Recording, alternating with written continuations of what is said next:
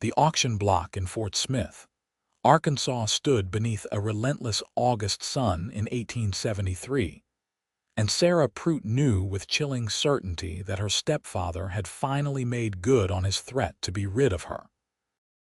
She stood there with her hands trembling at her sides, her worn calico dress doing little to shield her from the hungry stares of the men gathered in the dusty street. The auctioneer, a red-faced man named Delbert who ran the local saloon, cleared his throat and began his vulgar patter about her attributes as though she were livestock. Sarah wanted to run, to scream, to disappear into the ground itself, but her stepfather Morton's meaty hand gripped her arm tight enough to bruise. "Gentlemen, we have here a fine specimen of womanhood," Delbert announced, his voice carrying across the crowd.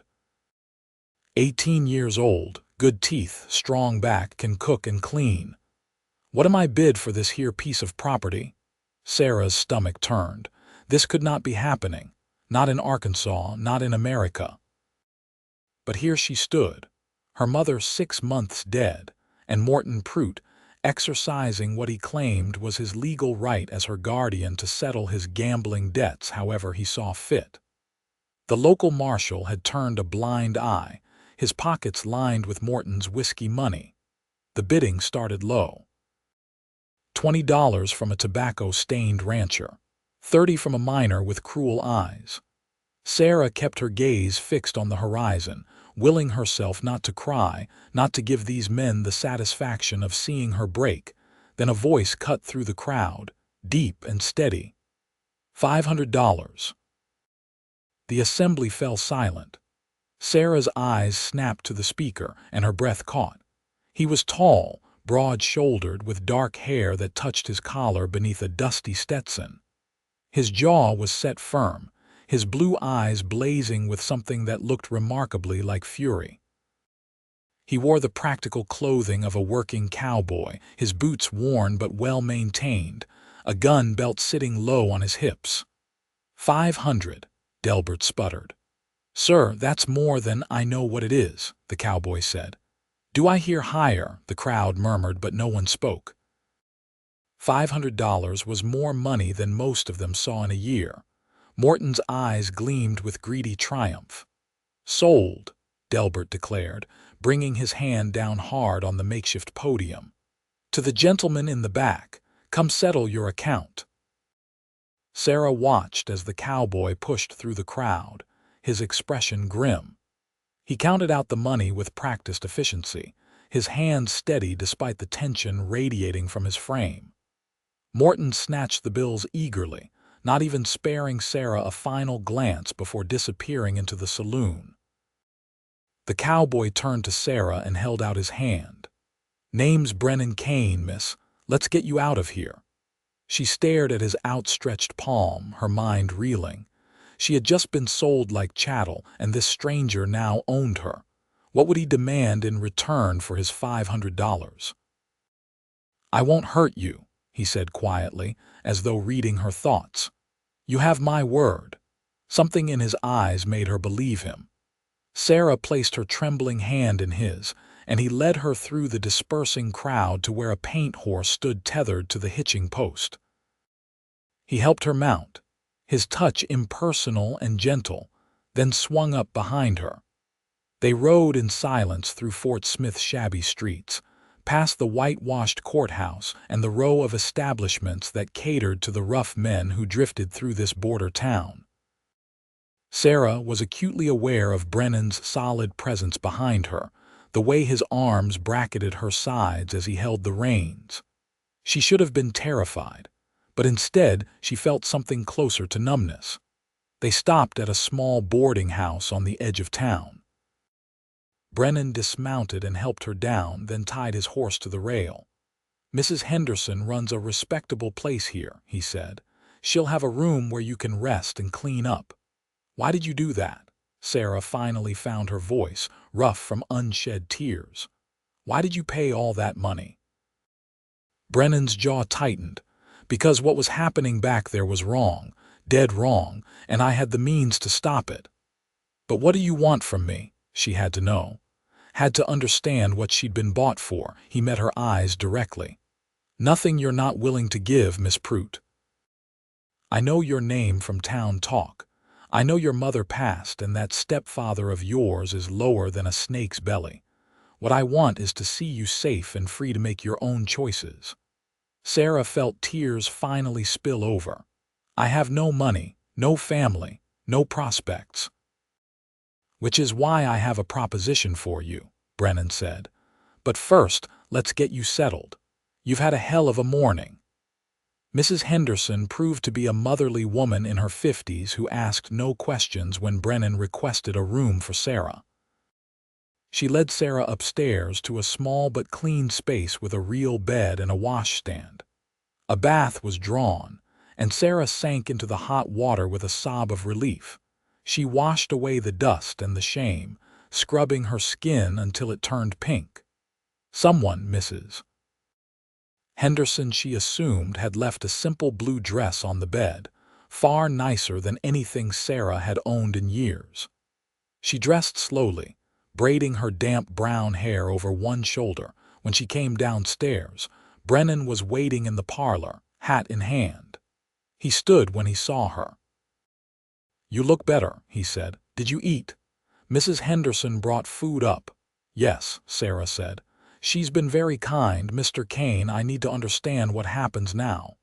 "Walk with me," he suggested. They stepped out into the late afternoon heat. Brennan guided them toward the edge of town where the buildings gave way to open land.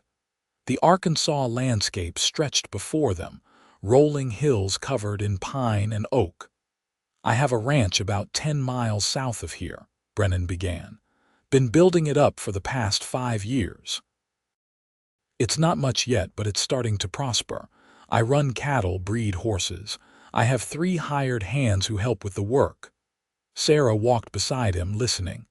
"I need a wife," he said bluntly. "Not in the way you might think. I need someone to help run the household, someone I can trust.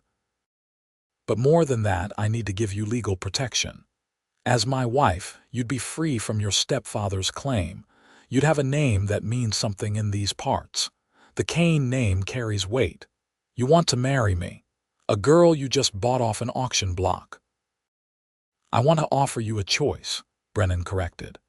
"Marry me in name, help with the ranch, and you'll have security, safety, and independence. Or I'll stake you money to go wherever you want to go, start fresh somewhere else. Either way, you're free." Sarah stopped walking and turned to face him.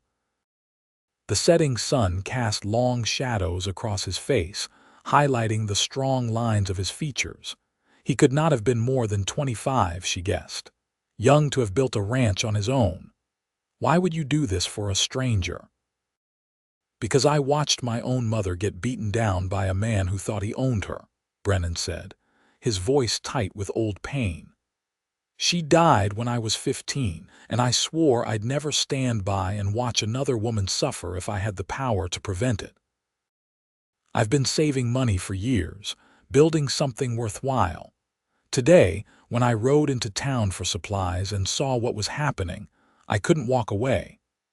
The raw honesty in his words struck something deep in Sarah's chest. This man had spent a small fortune to save her, asked for nothing in return, and was now offering her choices when she'd had none for so long. "If I married you," she said slowly, "what would you expect? Honesty, hard work, respect, the same things I'd offer you." He paused. "I won't lie and say I don't hope that maybe in time it could become something more, but I'd never force that. You'd have your own room, your own space. The choice would always be yours." Sarah looked out at the darkening horizon. She could take his money and run, try to make it in some distant city where no one knew her shame. But she had no skills beyond housework, no education, no connections. She would likely end up in circumstances just as dire, if not worse. Or she could stay here, marry this stranger who'd shown her more kindness in one afternoon than her stepfather had in 3 years, and build something new. "I'll marry you," she said, "but I have conditions of my own." Brennan's eyebrows rose. "Name them." "I won't be a servant." I'll work hard and pull my weight, but as a partner, not as hired help. And if I ever want to leave, you'll let me go without a fight." He extended his hand. "You have my word on both counts." They shook on it, and Sarah felt the calluses on his palm, the strength in his grip. This was real. This was happening. "How soon?" she asked. "Tomorrow, if you're willing. The preacher here in Fort Smith can do it quietly, then we'll head out to the ranch." "Tomorrow," Sarah agreed. That night, lying in the unfamiliar bed at Mrs. Henderson's boarding house, Sarah stared at the ceiling and wondered what she had agreed to. Marriage to a stranger, life on a ranch she'd never seen. But as she thought about the alternative, about Morton's cruelty and the fate she'd narrowly escaped, she felt her resolve strengthen. Brennan Kane had given her a lifeline. The least she could do was grab hold of it with both hands. The next morning dawned clear and hot. Mrs. Henderson helped Sarah dress, lending her a simple white blouse and a clean skirt. Someone had even found a few wildflowers to tuck into her braid. Sarah looked at herself in the small mirror and barely recognized the young woman staring back. "You're doing the right thing, dear," Mrs. Henderson said gently. "Brennan Kane is a good man, one of the best I've known in this rough town. You know him well." "Known him since he first arrived in Fort Smith. He worked harder than any 3 men to save enough to buy that land, never drinks to excess, never causes trouble, always pays his debts. You could do far worse." Sarah nodded, taking comfort in the older woman's words. Brennan arrived at 9 o'clock, dressed in clean clothes, his dark hair still damp from washing.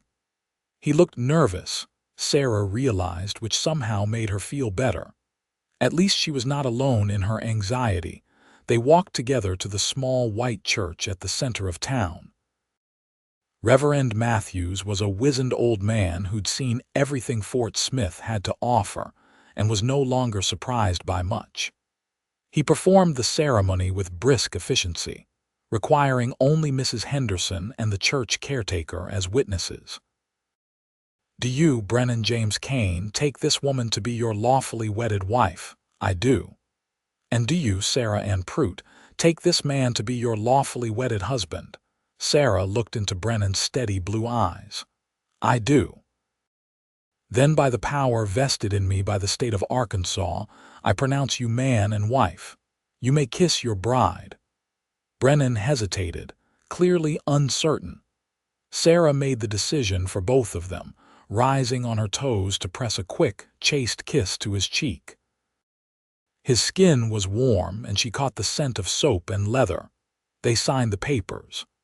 "Sarah Kane," she wrote, testing out her new name. It felt strange and foreign and somehow right all at once. Brennan paid the reverend and thanked Mrs. Henderson for her kindness. Then he helped Sarah onto his horse, and they began the ride south to her new home. The Arkansas landscape rolled past them in shades of green and gold. They followed a well-worn trail through pine forests and across clear running streams. Brennan pointed out landmarks, his voice carrying back to her as they rode. "That's Miller's Creek. Good fishing there. And those hills to the east, that's where the wild mustangs sometimes run. I caught my first horse from that herd 3 years back." Sarah listened, trying to absorb this new world she'd entered. The land was beautiful in a wild, untamed way that called to something deep in her soul. She'd spent the last 3 years trapped in Morton's dingy house in town, cooking and cleaning and trying to stay out of his way. Before that, when her mother was alive, they'd lived in a small cabin on the edge of Fort Smith. Sarah had never ventured far. "How much further?" she asked. "Another hour. We'll be there before noon." They rode in companionable silence for a while, then Sarah gathered her courage. "Tell me about your hands, the men who work for you." "There's Jack, he's the oldest, been with me from the start, good with cattle. Then there's Tommy, young fellow, maybe 20, good with horses. And Carlos, he came up from Texas last year, best roper I've ever seen." They're all decent men. I wouldn't keep them on otherwise. Will they mind having a woman around? They'll be respectful or they'll find work elsewhere, Brennan said firmly. The bunkhouse is separate from the main house. You won't be bothered. The ranch came into view as they crested a hill. Sarah's breath caught. It was not grand by any means, but it was more than she'd expected. A sturdy log house sat in a clearing, smoke curling from its chimney. A barn, a stable, a bunkhouse, and several corrals completed the layout. Cattle grazed in the distance, and she could see horses in one of the nearer paddocks. "It's beautiful," she said honestly. Brennan's shoulders relaxed slightly. "It's home. Or at least, I hope it will be for you too." He helped her dismount in front of the house. 3 men emerged from the barn, clearly curious about the woman their boss had brought home. Brennan made quick introductions. Jack was indeed older, perhaps 40, with graying hair and kind eyes. Tommy was barely more than a boy, gangly and shy. Carlos was handsome in a rough way, with dark eyes and a ready smile. "This is Sarah," Brennan said. "My wife. She'll be running the household from now on." If the men were surprised, they hid it well. They offered polite congratulations and then tactfully disappeared back to their work. Brennan led Sarah into the house. It was simple but well built. The main room held a large fireplace, a sturdy table with chairs, and a few comfortable-looking pieces of furniture. A kitchen area took up one corner. 2 doors led off the main room. "That one's my room," Brennan said, pointing to the left, "and this one's yours." He opened the right-hand door to reveal a small bedroom with a real bed frame, a dresser, and a window that looked out over the hills. It was sparse but clean, and it was hers. "I'll bring in some water so you can wash up," Brennan said. "Take your time settling in. When you're ready, come on out and I'll show you the rest of the place." He left her alone, and Sarah sank onto the bed, her legs suddenly weak. She was married. She lived on a ranch. Her name was Sarah Kane. The enormity of the changes washed over her, and she allowed herself a moment to simply breathe. After washing her face and hands, she emerged to find Brennan stirring something in a pot over the fire. He looked up sheepishly. "I'm not much of a cook. Usually, we make do with simple fare. If you're tired, this stew will suffice for tonight. Tomorrow you can see what supplies we have and let me know what you need." Sarah moved to the fireplace and peered into the pot. The stew was more water than substance, but it smelled edible. "Let me," she said, taking the spoon from his hand. She found vegetables in a root cellar and added them to the pot, along with some salt and herbs she discovered in a cupboard. Brennan watched her work with an expression somewhere between relief and admiration. "You really can cook," he said. "My mother taught me before she got sick. After she died, I did all the cooking for Morton." Sarah stirred the pot with more force than necessary. "Not that he ever showed any gratitude. You don't have to talk about him if you don't want to." "I want you to know," Sarah said, surprising herself. "I want you to understand what you saved me from." So as the stew simmered, she told him. About her real father dying when she was 10, about her mother remarrying Morton Pruitt 2 years later out of desperate necessity. About Morton's drinking, his gambling, his casual cruelty. About her mother wasting away from fever while Morton spent the money for medicine on cards and whiskey. About the 3 months after her mother's death, when Morton had grown increasingly violent, when Sarah had learned to move silently through the house, to keep her eyes down, to never provoke him.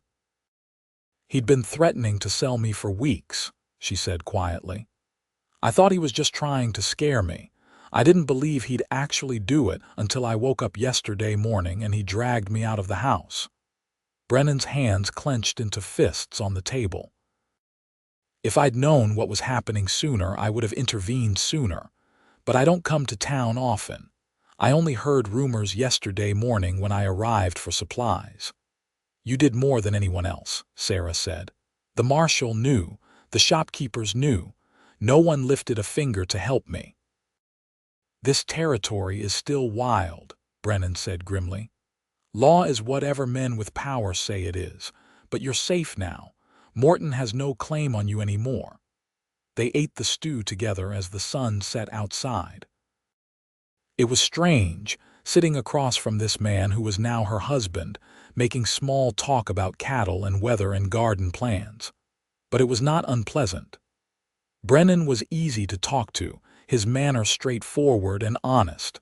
After dinner, Sarah insisted on washing the dishes. Brennan showed her where everything was kept, then excused himself to check on the animals one last time before bed. Alone in the house, Sarah allowed herself to explore a bit.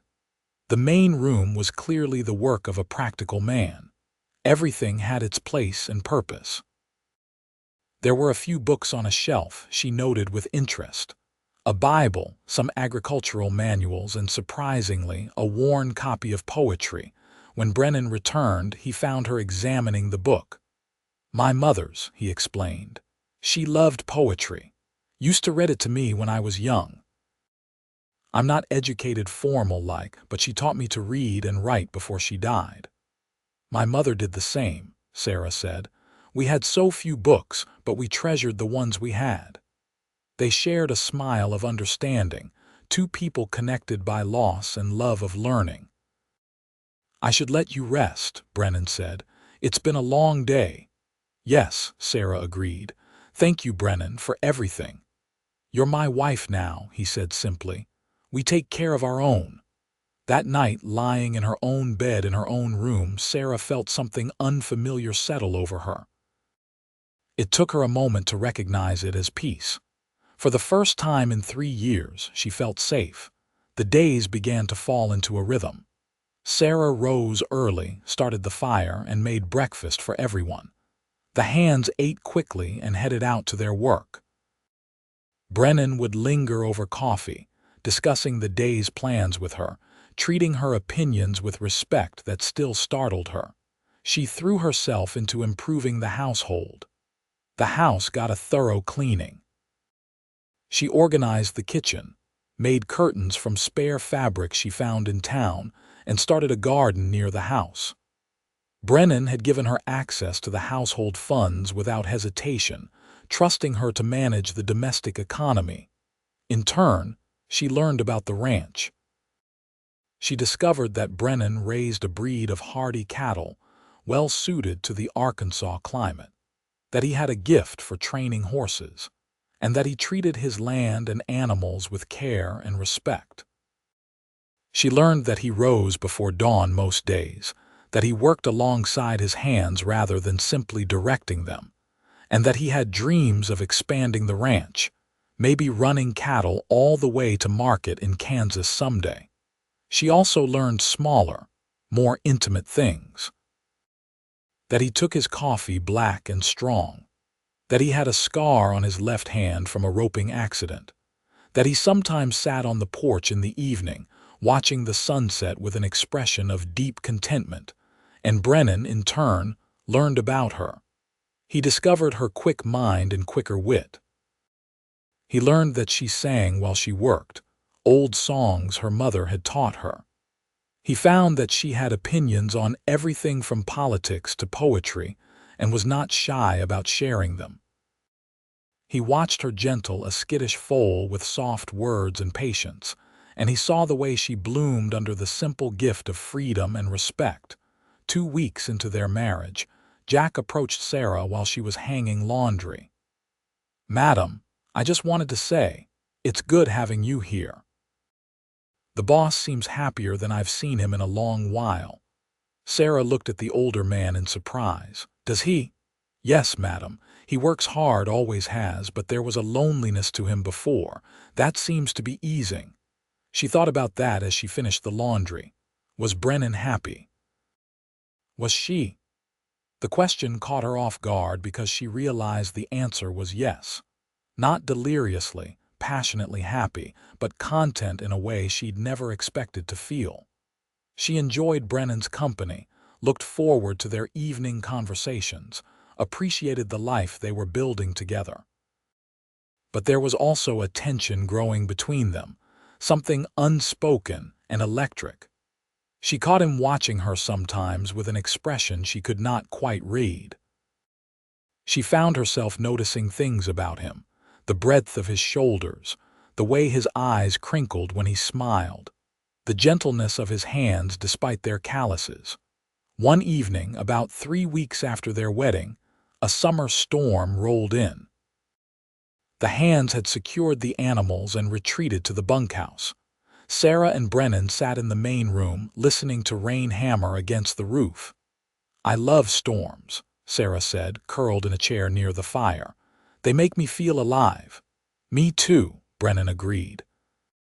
He was mending a bridle, his hands moving with practiced skill, though I could do without worrying about the cattle. "Jack said they'd moved them to the low pasture. They should be fine." "Jack talks to you a lot," Brennan observed, not looking up from his work. "He's kind. They all are." "You chose good men." "I try." He set down the bridle. "Sarah, can I ask you something?" "Of course." "Are you happy here?" Truly, she met his eyes across the firelight. "Yes. Are you happy I'm here?" "More than I can say." He stood and moved to the window, looking out at the rain-lashed darkness. "I know this wasn't the marriage either of us might have chosen under different circumstances, but I find myself grateful for it. For you." Sarah's heart began to pound. She stood and crossed to him, stopping just behind his shoulder. "Brennan." He turned to face her, and in the dim light she saw something raw and honest in his expression. "I'm falling in love with you, Sarah. I didn't mean to. I promised myself I'd give you space, let you choose. But I can't help how I feel." The words hung between them, brave and vulnerable.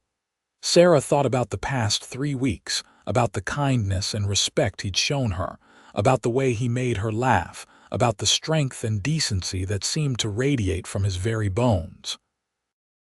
"I think," she said slowly, "I might be falling in love with you too." His breath caught. "You don't have to say that. You don't owe me anything." "I know I don't, but it's true." She reached up and touched his face, feeling the scratch of stubble against her palm. "You saved me, Brennan. But more than that, you gave me a life worth living. You make me want things I thought I'd never have." "What things?" "A real marriage, a real future, children maybe someday, a partnership built on more than just necessity." He covered her hand with his own. "I want those things too, with you." The kiss, when it came, felt inevitable. His lips were soft against hers, tentative at first, then deepening as she responded. Sarah's arms went around his neck, and she felt his strong embrace encircle her waist, pulling her close. The kiss tasted like rain and coffee and promise. When they finally broke apart, both were breathing hard. Brennan rested his forehead against hers. "We can take this slow as you need." "I've been trapped and powerless for so long," Sarah said. "For the first time I get to choose what I want, and I choose you, Brennan. I choose this." That night, their marriage became real in every sense. Brennan was gentle and patient, mindful of her inexperience. Sarah discovered passion and tenderness she'd never imagined, found joy in the giving and receiving of pleasure. Afterward, lying in Brennan's arms in his bed that was now their bed, she felt a completeness she'd never known.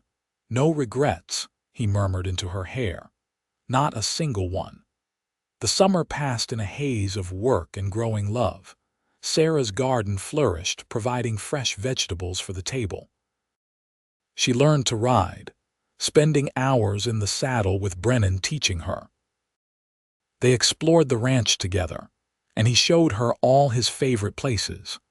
The creek where he'd first found gold nuggets that helped buy the land, the hill where wildflowers bloomed in spring, the grove of oaks where he sometimes went to think. In turn, she shared herself with him. Her dreams and fears, her memories of her mother, her love of stories and learning. They talked for hours, discovering each other layer by layer. The physical side of their marriage deepened too. What had started as tentative exploration became confident passion. Sarah learned what brought Brennan pleasure, and he studied her responses with devoted attention. Their lovemaking was sometimes urgent, sometimes slow and sweet, but always honest. In September, Morton Pruitt showed up at the ranch. Sarah was in the garden when she heard the horse approach. She looked up to see her stepfather dismounting, his face red with drink and anger. Fear spiked through her, old and instinctive. "So this is where you've been hiding," Morton slurred. "Living high while I scrape by." Brennan emerged from the barn, alerted by the commotion. His expression went hard as stone when he saw who their visitor was.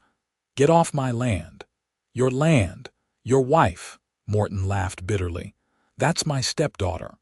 I sold her fair and square, but that doesn't mean she can just disappear."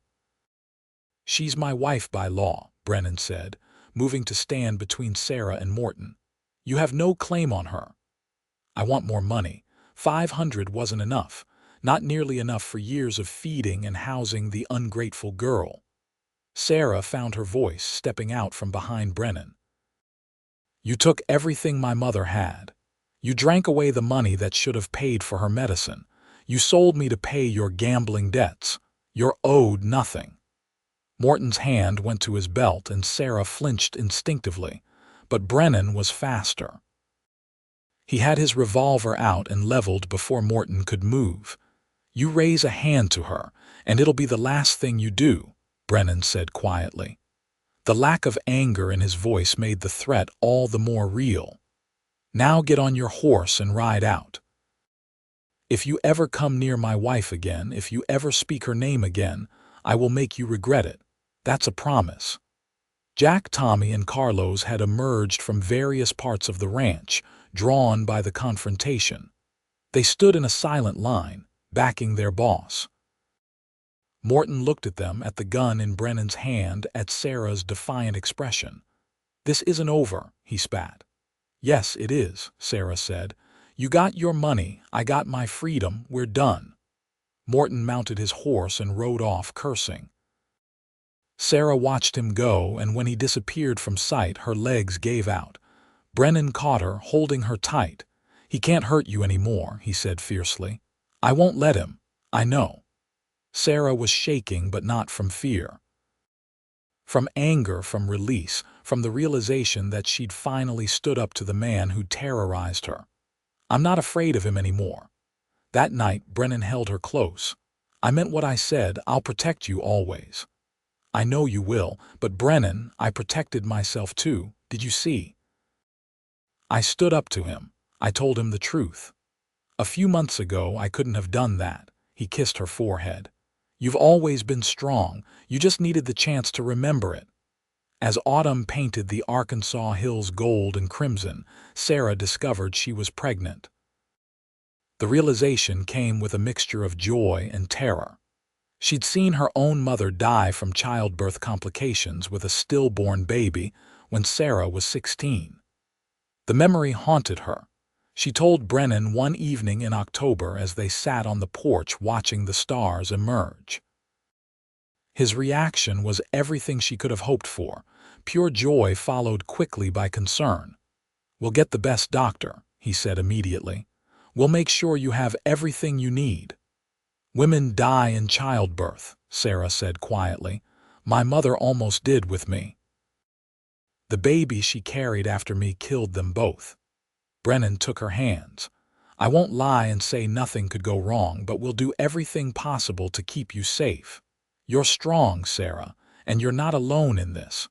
Over the following months, Brennan proved his words true. He brought in a midwife from Fort Smith, a capable woman named Ruth who delivered half the babies in the county. He made sure Sarah rested, insisted she not overwork, brought her whatever food she craved. He talked to the baby every night, his hand spread over Sarah's growing belly, telling their child about the ranch and the life they'd have. Winter came, mild by some standards but cold enough. Sarah nested, preparing the house for the baby. She sewed tiny clothes and blankets. Brennan built a beautiful cradle from oak wood, sanding it smooth so no splinter could harm delicate skin. Their love had deepened through the months into something solid and enduring. They knew each other now, truly knew each other. They'd weathered challenges together, built a life together. What had started as a desperate bargain had become the truest partnership Sarah could imagine. In February 1874, on a night when snow fell soft outside the windows, Sarah went into labor. Ruth arrived and took charge with brisk efficiency. Brennan stayed close, holding Sarah's hand, offering water and encouragement. The labor was long and hard. Sarah screamed and wept and cursed, and Brennan stayed through all of it, his face pale but determined. When dawn broke and their son finally entered the world with a lusty cry, Brennan wept openly. "A boy," Ruth announced, placing the baby in Sarah's arms. "Healthy and strong." Sarah looked down at her son, at his tiny perfect face and his father's blue eyes, and felt love crash over her like a wave. "Hello, little one," she whispered.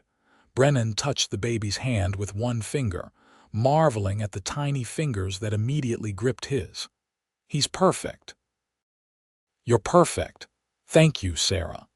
They named him Benjamin after Brennan's father, who died when Brennan was young. Little Ben proved to be a good baby, healthy and happy. Sarah recovered well from the birth, and soon the house was filled with the sounds of baby laughter and contented coos. The ranch continued to prosper.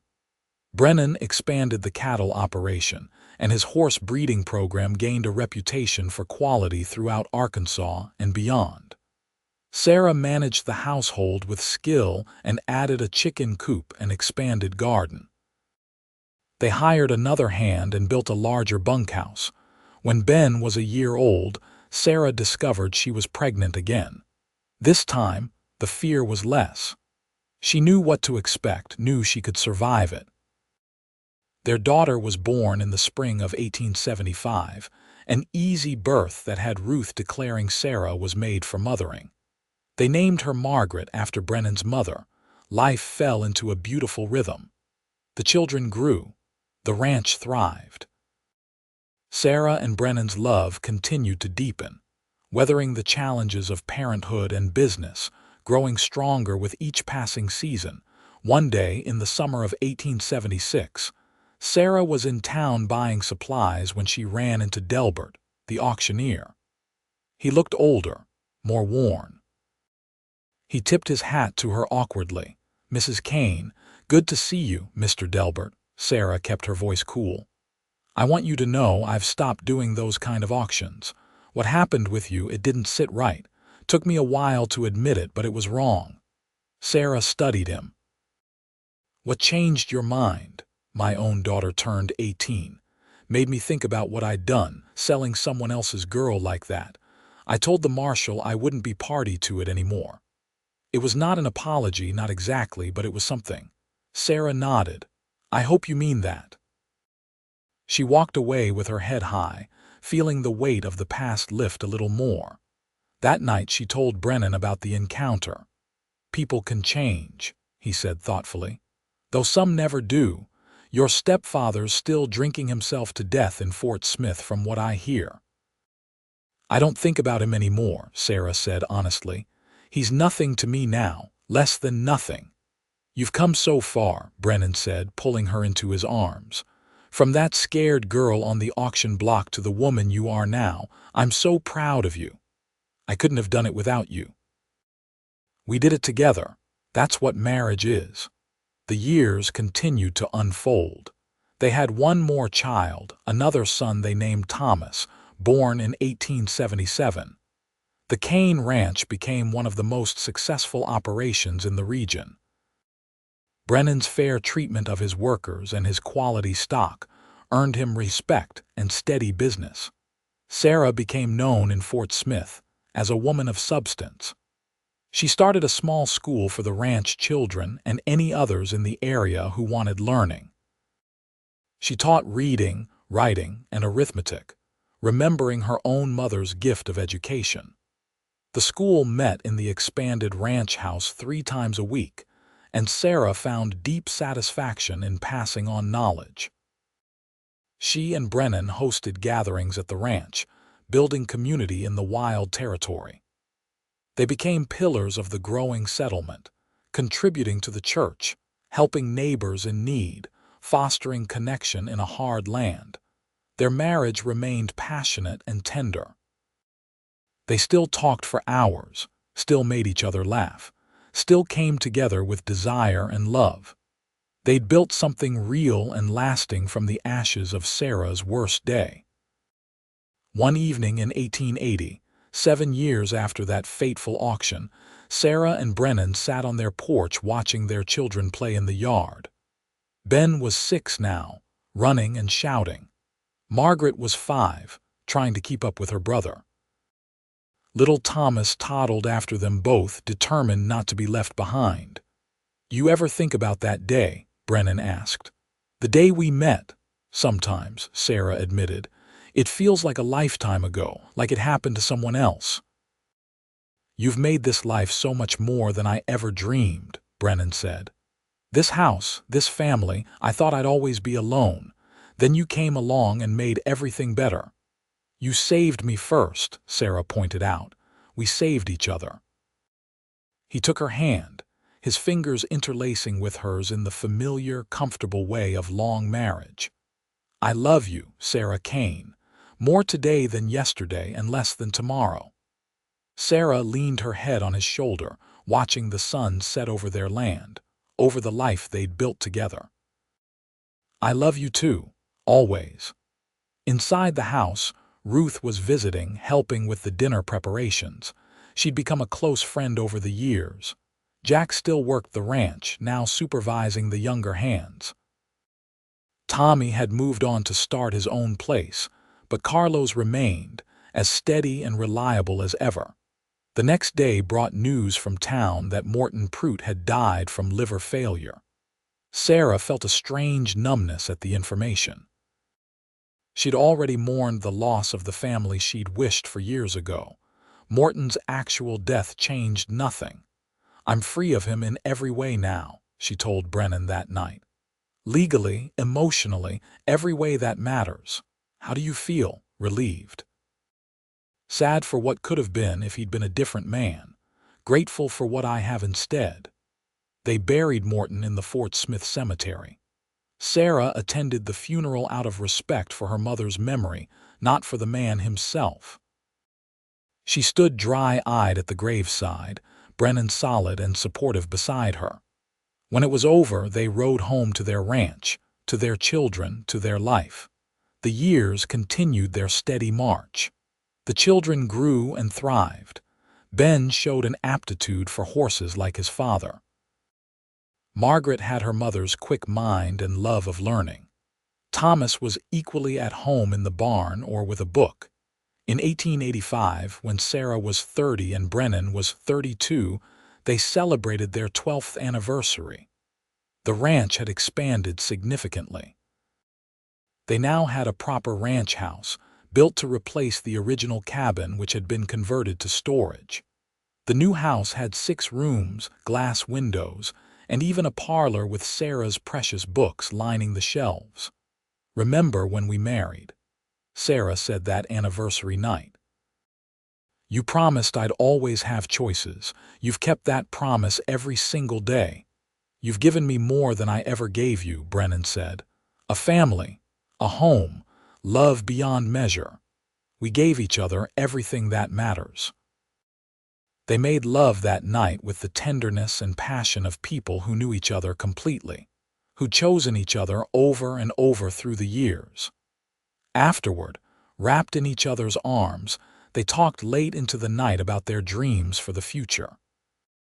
"I want to expand the school," Sarah said. "Make it permanent, hire another teacher. There are so many children in the area now who need education. Then we'll do it. We'll build a proper schoolhouse in town, fund it from the ranch profits." "You do that, Sarah. Everything I have is yours. Our money, our land, our future. We're partners in all things." The schoolhouse was built the following year. Sarah hired a young teacher fresh from the East, and together they established a curriculum that served children from miles around. The Kane School became a point of pride for Fort Smith. In 1887, Ben turned 13 and began working the ranch in earnest alongside his father. Brennan taught him everything he knew about cattle, horses, and land management. The bond between father and son was beautiful to witness. Margaret, at 12, showed no interest in ranch work but devoured every book she could find. Sarah began teaching her more advanced subjects, and they talked about sending her to a finishing school in Little Rock when she was older. Thomas, at 10, somehow balanced both interests. He could rope a calf and recite poetry with equal skill. Sarah looked at her children and saw the future. They would have choices she'd never had. They would know love and security from birth. They would build on the foundation she and Brennan had laid. One autumn day in 1888, Sarah was in the garden when she heard a commotion from the road. A fancy carriage was approaching, unusual for their rural area. It stopped in front of the house, and an elegantly dressed woman emerged. Sarah wiped her hands on her apron and approached, curious. The woman looked familiar somehow. "Can I help you?" Sarah asked. The woman smiled. "You don't recognize me, do you? I'm Marion Porter. We were girls together in Fort Smith before your mother remarried." Recognition dawned. Marion had been the daughter of the dry goods store owner, one of the few children Sarah had played with before her life had fallen apart. "Marion, of course. What brings you here?" "I married well," Marion said with a slightly embarrassed laugh. "My husband's a railroad executive. We've been living in Chicago, but we're considering an investment in Arkansas. I heard about the Kane Ranch and your school.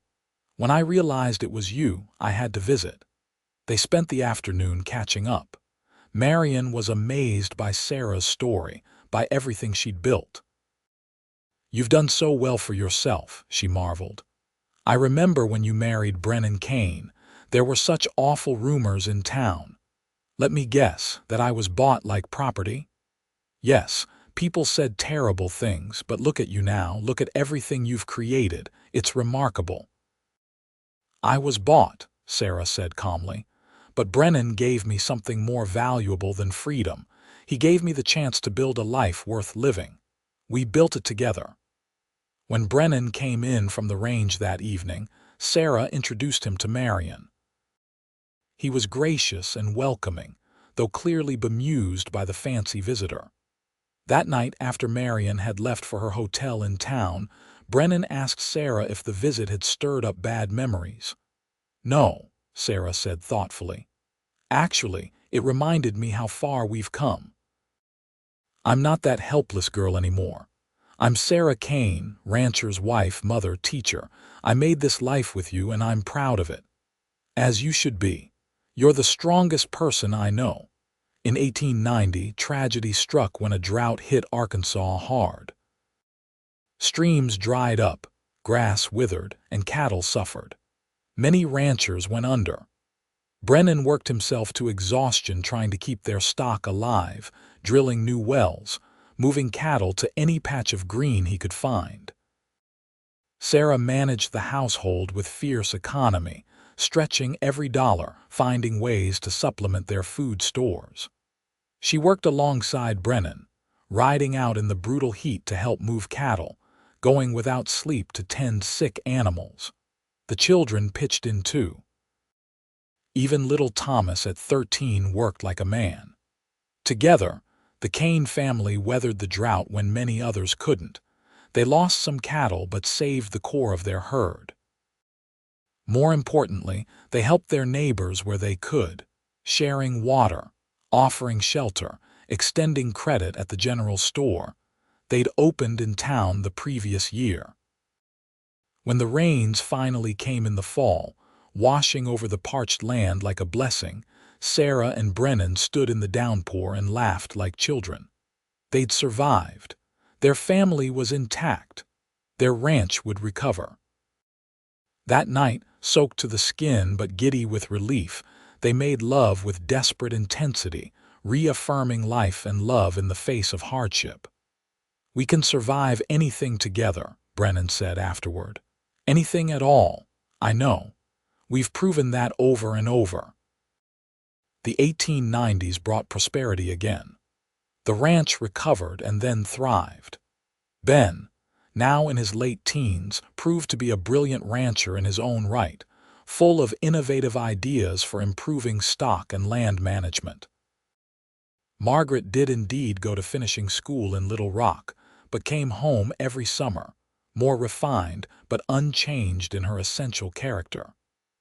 Thomas found his calling in the law, heading east to study at university. In 1895, Sarah turned 40 and Brennan 42.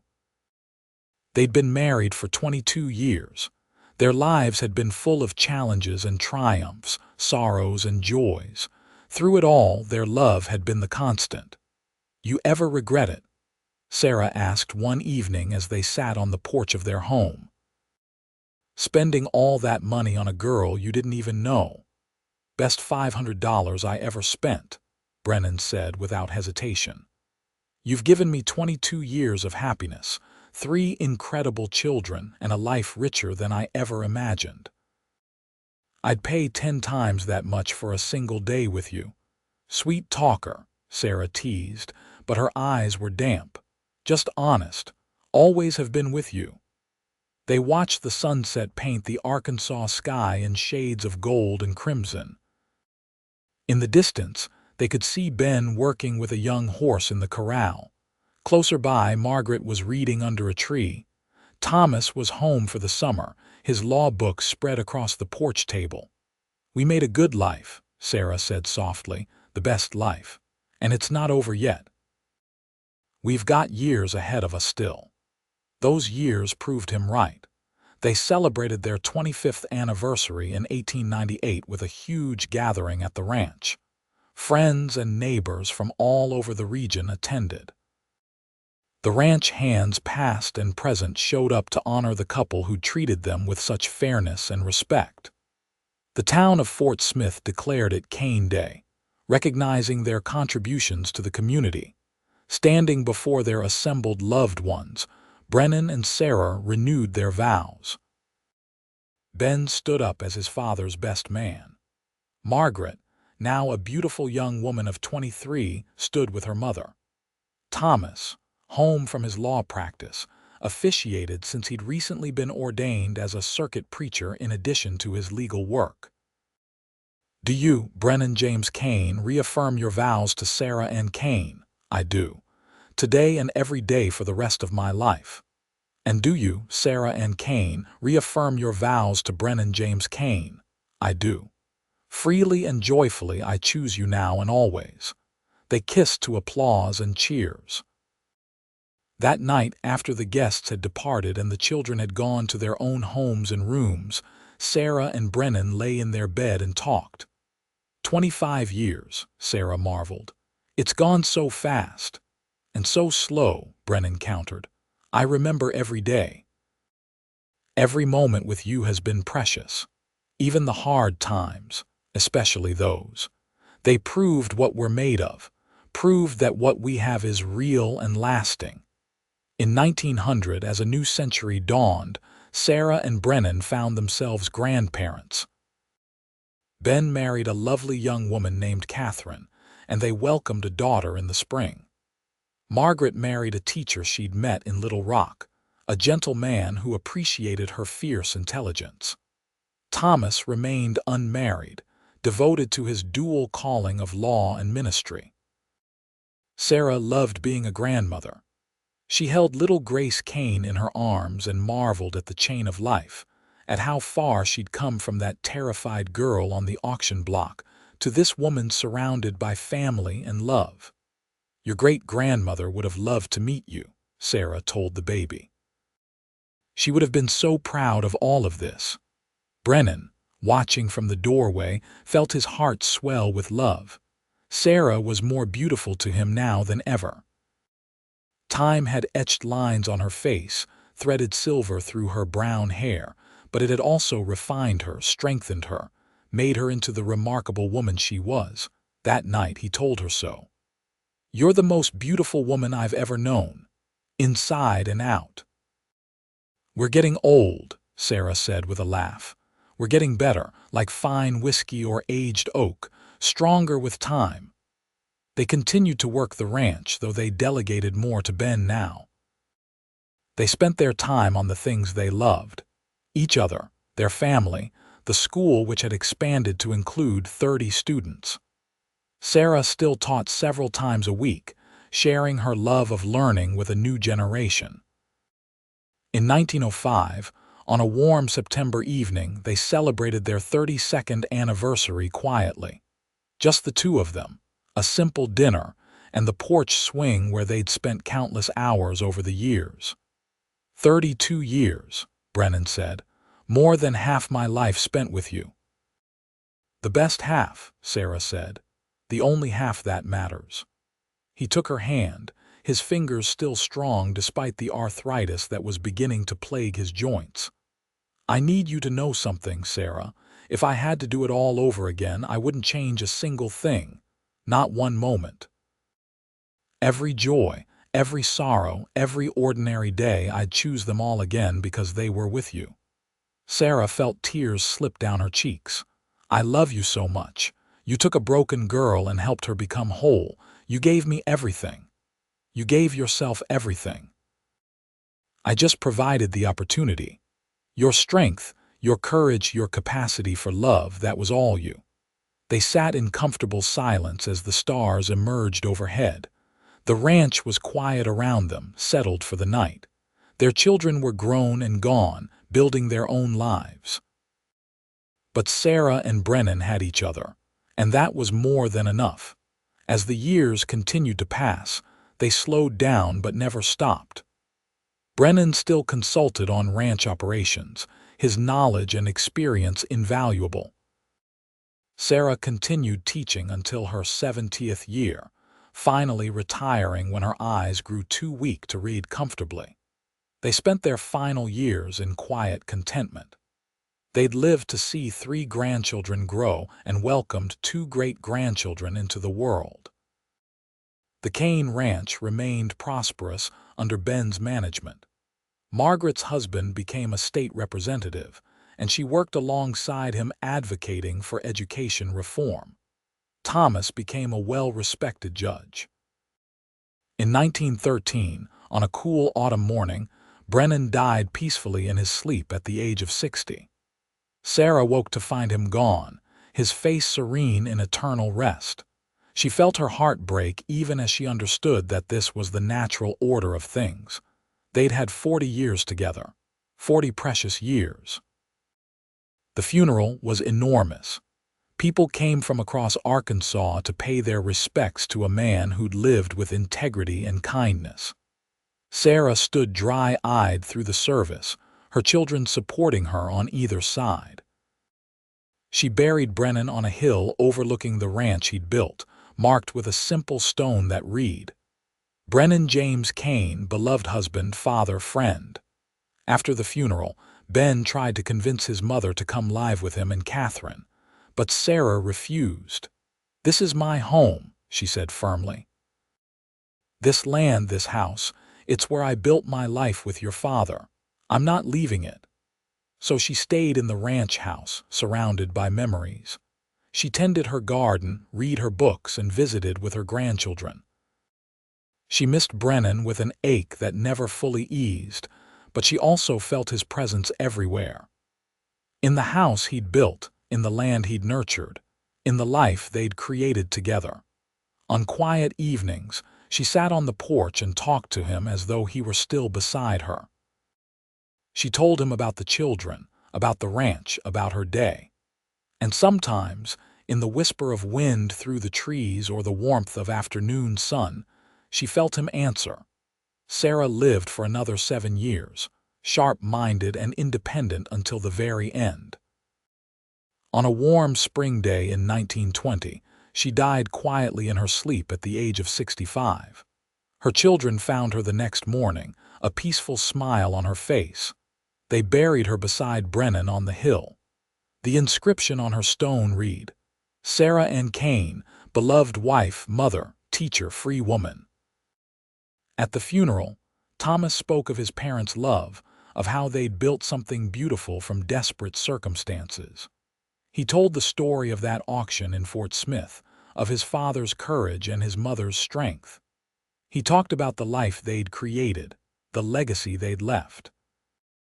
"They taught us that love is a choice," Thomas said. "Every single day they chose each other. They chose kindness over cruelty, hope over despair, partnership over power. They built a life worth living, and in doing so they showed us all how to live." The Kane Ranch continued to prosper through the generations. Ben's children and grandchildren worked the land, honoring the foundation Brennan and Sarah had laid. The school Sarah had founded still operated, now a permanent institution serving the region. And on that hill, overlooking the Arkansas countryside, two simple stones stood side by side, marking the resting place of two people who'd found each other in the worst of circumstances and built the best of lives. Their story became legend in Fort Smith and beyond. The cowboy who'd bought a girl's freedom and offered his name, and the woman who'd taken that gift and made it into something extraordinary. They'd started with a transaction on an auction block, and ended with a love that shaped a community and echoed through generations. They'd proven that the worst moments could lead to the best lives, that courage and kindness could transform everything, and that love, real love, was always worth fighting for. Their legacy lived on in their children, their grandchildren, and every life they'd touched. In the schoolhouse that bore Sarah's vision, in the ranch that embodied Brennan's dreams, in the story that reminded people that one person's choice to do the right thing could change everything. On summer evenings, people said you could sometimes feel their presence on that hill.